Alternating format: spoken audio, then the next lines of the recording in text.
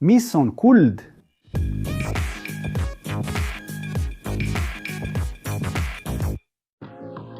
Tere insenerinduse huvilised! Minu nimi on Igor Felipe ja täna räägime metallist, mis on meie ühiskonna tähelepanu köitnud juba väga pikka aega.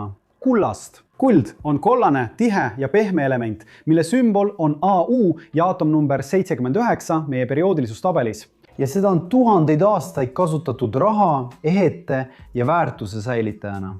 See on väga hinnatud metall tänu oma ainulaadsetele füüsikalistele ja keemilistele omadustele, sealhulgas vormitavusele, venitatavusele ning vastupidavusele, korrosioonile ja plekkidele. Kuld saadakse peamiselt maagimaardate kaevandamise ja neist kulla eraldamise teel ning selle eraldamine ja töötlemine võivad olla nii keskkonna kui ka majanduslikult keerulised. Tänu oma haruldusele on kuld mänginud inimkonna ajaloos olulist rolli, olles tuhandeid aastaid kasutusel nii vahetusvahendi kui ka väärtuse säilitajana.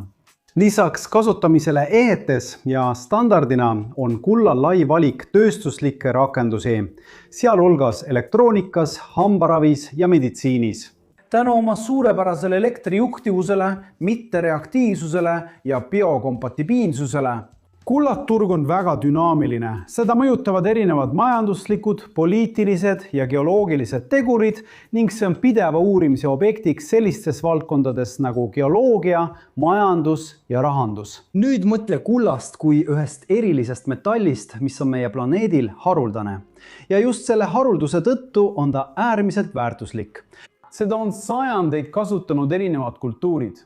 Inimesi tõmbab kulla poole, sest see ei tuhmu ega roosteta. See tähendab, et see võib kesta väga kaua. See on ka hea elektrijuht ja ei reageeri paljude teiste elementidega, mistõttu kasutatakse seda elektroonikaseadmetes. Ja kuna kulda on raske leida ja kaevandada, saab seda teha vaid mõnes kohas üle maailma. Seetõttu on see nii väärtuslik ja seda on kasutatud rikkuse ja võimu sümbolina paljudes kultuurides. Aga kust me võime kulda leida? Peamine neist on magiid, kus kulda sageli kaevandatakse kullamaagist, mis on väärtuslikku metalli sisaldavate mineraalide segu. Mõned kõige tavalisemad mineraalid, mida leidub kullamaagi ladestustes, on kvarts, püriit ja kalkopüriit. Need mineraalid kaevandatakse suuremas osas peamiselt maa-alustest kaevandustest, kus kullasooneid ja maagiladestusi kaevandatakse ja töödeldakse. Kulda võib väikestes kogustes leida ka jõgedest ja ojades, kus see esineb kulda sisaldavate kivimite erosiooni ja murenemise tagajärjel tekkinud setetes. Kes on nagu mina elektroonikaseadmetega ja natuke happega mänginud, teab, et kulda saab kätte. Samuti elektroonikajäätmetest, näiteks ära visatud arvutiosadest, mobiiltelefonidest ja muudest elektroonikaseadmetest. Aga usu mind, selle tegemine on tohutult töömahukas. Kulla leiukohti võib siiski leida. In todos os continentes. Suurimad kullatootjad on Hiina, Austraalia, Venemaa, Ameerika Ühendriigid ja Kanada. Ja üldiselt kulla saamiseks järgib protsess mõningaid samme. Esimene samm on leida, kus kulda leidub ja seda nimetame kulla otsinguks. Seda tehakse geoloogiliste uuringute ja puurimisprogrammide abil. Kui kuld on leitud, peame kaevanduse välja arendama, et seda välja kaevandada. See võib hõlmata kaevetöid, tunnelite rajamist ning rajatiste ehitamist maagi töötlemiseks ja rafineerimiseks. Kui kaevandus on rajatud, toimub maagi tegelik kaevandamine. Kullamaag kaevandatakse seejärel kaevandusest, kasutades selliseid meetodeid nagu maa-alune kaevandamine või avakaevandamine. Ja see maag transporditakse järgmisesse etappi, milleks on selle töötlemine. Kaevandatud maag töödeldakse, et eraldada kuld teistest maagis leiduvatest mineraalidest. Seda tehakse tavaliselt mitme etapi kaudu, sealhulgas purustamine, jahvatamine ja isegi keemiline eraldamine. Üks viimaseid etappe on kulla rafineerimine, kus see puhastatakse ja rafineeritakse, et eemaldada kõik lisandid. Seda tehakse tavaliselt protsessi kaudu, mida nimetatakse sulatamiseks, kus kuld sulatatakse ja lisandid eraldatakse ning eemaldatakse. Lõpuks sulatatakse kuld kangideks, valtsitakse traadiks ja isegi kullalehtedeks. See kuld kasutatakse siis ehete valmistamiseks riikides väärtuse säilitajana või tööstuslikes rakendustes. Muidugi võivad need konkreetsed meetodid, mida kulla kaevandamisel kasutatakse, varieeruda sõltuvalt leiukoha tüübist, asukohast ja kaevanduse majanduslikust tasuvusest. Ja protsess võib samuti hõlmata mitmete kemikaalide, näiteks tsüaniidi ja isegi elavhõbeda kasutamist. Need kemikaalid võivad kujutada endast keskkonnariske ja ettevõtted, kes kasutavad neid oma tootmisprotsessis, vajavad hoolikat juhtimist, et minimeerida mõju nii töötajatele kui ka kohalikele kogukondadele. Teine suur eelis kulla puhul on see, et seda saab kasutada puhtal kujul või kombineerida teiste materjalidega sulamite moodustamiseks. Kui sa ei tea, siis sulam on 2 või enama elemendi segu, kus vähemalt üks neist elementidest peab olema metall. Kuld teiste metallidega kombineerides saab selle omadusi muuta, et muuta see sobivamaks konkreetseteks rakendusteks. Üks levinumaid kuldsulameid on kollane kuld, mis on kulla, vase ja hõbeda sulam.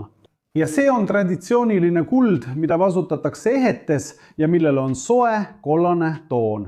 Meil on ka valge kuld, mis on kulla, nikli ja tsingi või palladiumi sulam ning millel on hõbedane valge värvus ja mida samuti sageli kasutatakse ehete valmistamisel. Roosa kuld on aga kulla ja vase sulam ning sellel on roosakas punane värvus ning seda kasutatakse samuti sageli ehete valmistamisel. Roheline kuld ehk elektrum on kulla ja hõbeda sulam ning seda on tuhandeid aastaid kasutatud vahetusvahendina ja müntide valmistamisel. Neid sulameid saab kohandada vastavalt konkreetsetele nõuetele ning neid võib kombineerida teiste materjalidega, et moodustada keerukamaid sulameid, mille omadused on spetsiifilised. Aga kus kulda kasutatakse? Lisaks ehete valmistamisele võib kuld toimida väärtuse säilitajana ja kaitseks majanduslike ja poliitiliste ebakindluste vastu. Mõnes kohas, näiteks Dubais, on olemas sularaha automaadid, kust inimesed saavad võtta välja kullakange. See on sellepärast, et tegemist on ühiskonnas laialt levinud elemendiga ja selle hind muutub ajas väga vähe. Sa saad kaubelda kullaga isegi fondide kaudu väärtpaberibörsil. Aga see ei piirdu ainult majandusliku poolega.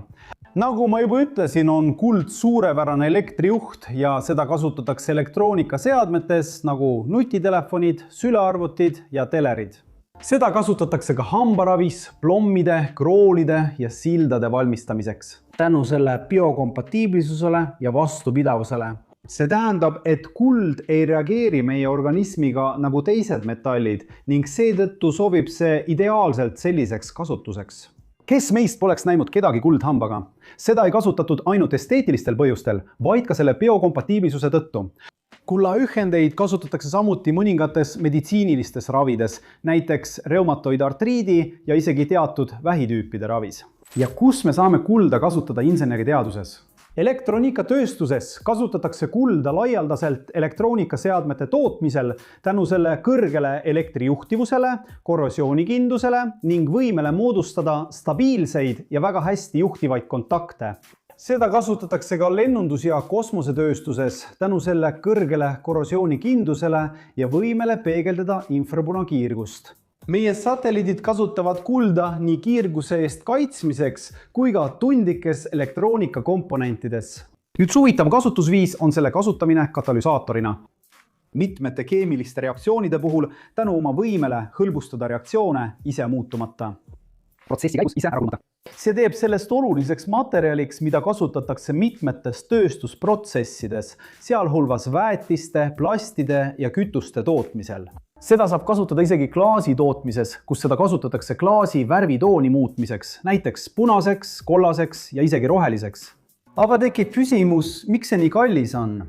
Esimene põhjus on kindlasti haruldus. Kuld on suhteliselt haruldane element ja selle kaevandamiseks on vaja suuremahulist kaevandamist, et seda maakoorest kätte saada. Kulla piiratud pakkumine koos nõudluse kasvuga aitab kaasa selle kõrgele hinnale. Selle kaevandamise kulud on samuti üsna kõrged. Kulla maa seest kättesaamiseks on vaja kalleid seadmeid, tööjõudu ja kaevandusprotsesse. Ja loomulikult kanduvad need kulud edasi tarbijale kõrgemate kullahindade näol. Kulla rafineerimine nõuab samuti spetsiaalseid seadmeid ja kemikaale, nagu ma juba mainisin, elavhõbedat, ning ka need kulud lisanduvad kulla kogumaksumusele. Ja kuna tegemist on haruldase ja kalli materjaliga, mille kaevandamiseks on vaja palju ressursse, ei saa tähelepanuta jätta ka transpordi ja turvalisuse kulusid.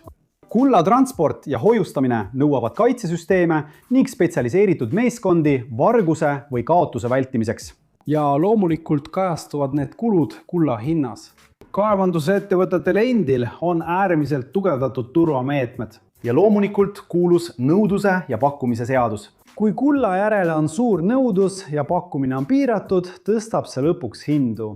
See on põnev element, mis tekitab paljudes inimestes iha ja staatustunnet ja kindlasti jätkab see iha tekitamist veel tuhandeid aastaid. Kas sa juba teadsid kõike seda kulla kohta? Tahad teha kanalile kulla annetuse? Või äkki tead juba sellest hiiglaslikust kullast koosnevast asteroidist, mis tiirleb meie galaktikas ja millele kosmoseagentuurid tahavad väga käpa peale panna? Jäta oma arvamus kommentaaridesse, ma tahan teada.